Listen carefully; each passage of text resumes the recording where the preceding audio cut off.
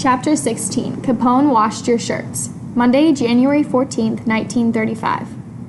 The next day, I'm in a really grumpy mood on account of it's baseball day for everyone except me. I hardly notice putting on my first convict wash shirt. It's only after I got it on I even remember. I take the shirt off and inspect it, but I don't find anything unusual. It's my shirt and it's clean and that's about it. At breakfast, my mom doesn't say anything about finding extra clothes in our bags, so either my mom hasn't put the laundry away yet, or more likely, Piper got them out before my mom saw them. Piper is quite the criminal. When I get on the boat, there she is with 3 laundry bags. Then Jimmy and Annie pile on board, thumping their bags down by Piper. Piper's on her hands and knees on the deck. "What are you doing?" I ask. "Too many to carry." She sits on one bag to smash the shirts down so that she could add another stack on top. "Unless, of course, you'll help." "How'd you get him home?" I ask. "As if you care."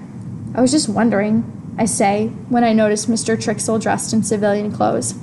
"Day off, I guess."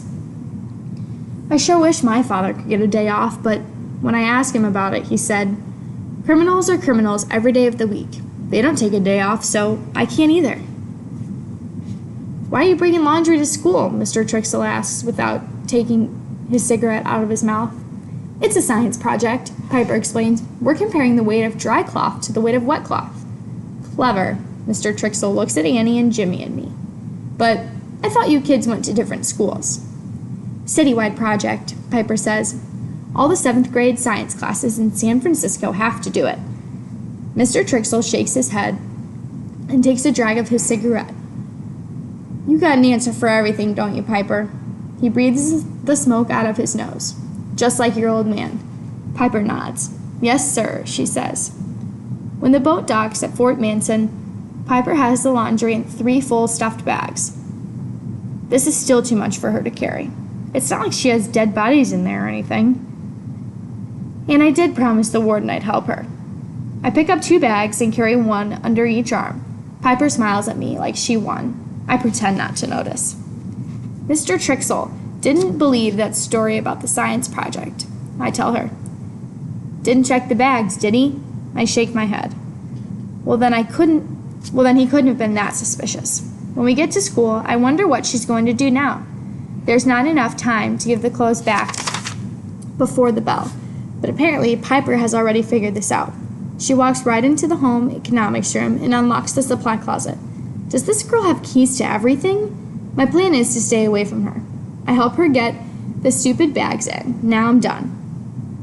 But at lunch, when I see her in the cafeteria with the laundry bags, I find myself drifting over there. "Moose, Moose, guess what?" Scout calls out as she runs through the cafeteria. "You got your Tuesday game. I traded babysitting with a kid in my neighborhood. Stanford can't make it, but everybody else is in." I thump my chest like an ape and smile big. It feels like my face is splitting into 2. "If you were a girl, I'd give you a big, sloppy kiss," I say.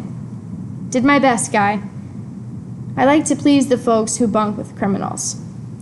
"Do you mind?" Piper barks. "I'm conducting business here." "You don't get your shirts back, Scout?" "Or you get your shirts back, Scout?" I ask. "Yep," he nods to me as Piper hands a neatly folded shirt to the fat kid, Deekman. "Hey," Deekman says. "This is just clean." "Yeah, so?" Piper says. "No blood splatters, no bullet holes, nothing?" Another kid asks. "Al Capone laundered that shirt," Piper says. "It's a collector's item."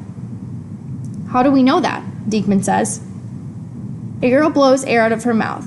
"Sure doesn't look like it," she says. "What do you expect?" Piper asks. She snatches the shirt out of the hands and holds it up so everyone can see. Al Capone's fingerprints are on that sleeve. The sweat of his brow dropped on this pocket. Piper's clearly gone too far. Now she's selling all Al's sweat? The girl inspects the shirt again. She shakes her head, her eye twitching. "I didn't pay a nickel to have my blouse washed," says another girl who had made Piper promise her blouse wouldn't come back with one single drop of blood on it. "Yes, you did," I say. Delcott's in front of the line. Nobody minds. In fact, they seem relieved, like they're waiting for him to take a stand. He plants his feet, How do we know you didn't have your mom wash these? Hey, Scout says. Don't talk to her that way. She told you. Capone washed them. Capone washed them. Piper beams at Scout. Here's your ticket. That's your proof, Piper says. Del grabs the ticket. He reads it out loud. Alcatraz laundry number 015032. Then shows it to all of us. That could have come off anything, he announces. You could have picked that up off the ground. Yeah, but I didn't, Piper says. Yeah, but you could have, Del says. Take it easy, Del, Scout says. This seems to get Del's attention. He looks at Scout, then back at Piper. I want my money back, he tells her. Sorry, no refunds. I'm not doing this again, Piper, Del says. He gets the bulk of his bag. He gets the bulk of his big self in Piper's face. I got better things to do with my nickels. Lucky thing too, because that was one and only opportunity you'll ever have in your whole lifetime. You can tell your grandchildren about it, Piper says. Yeah, right, Del mutters.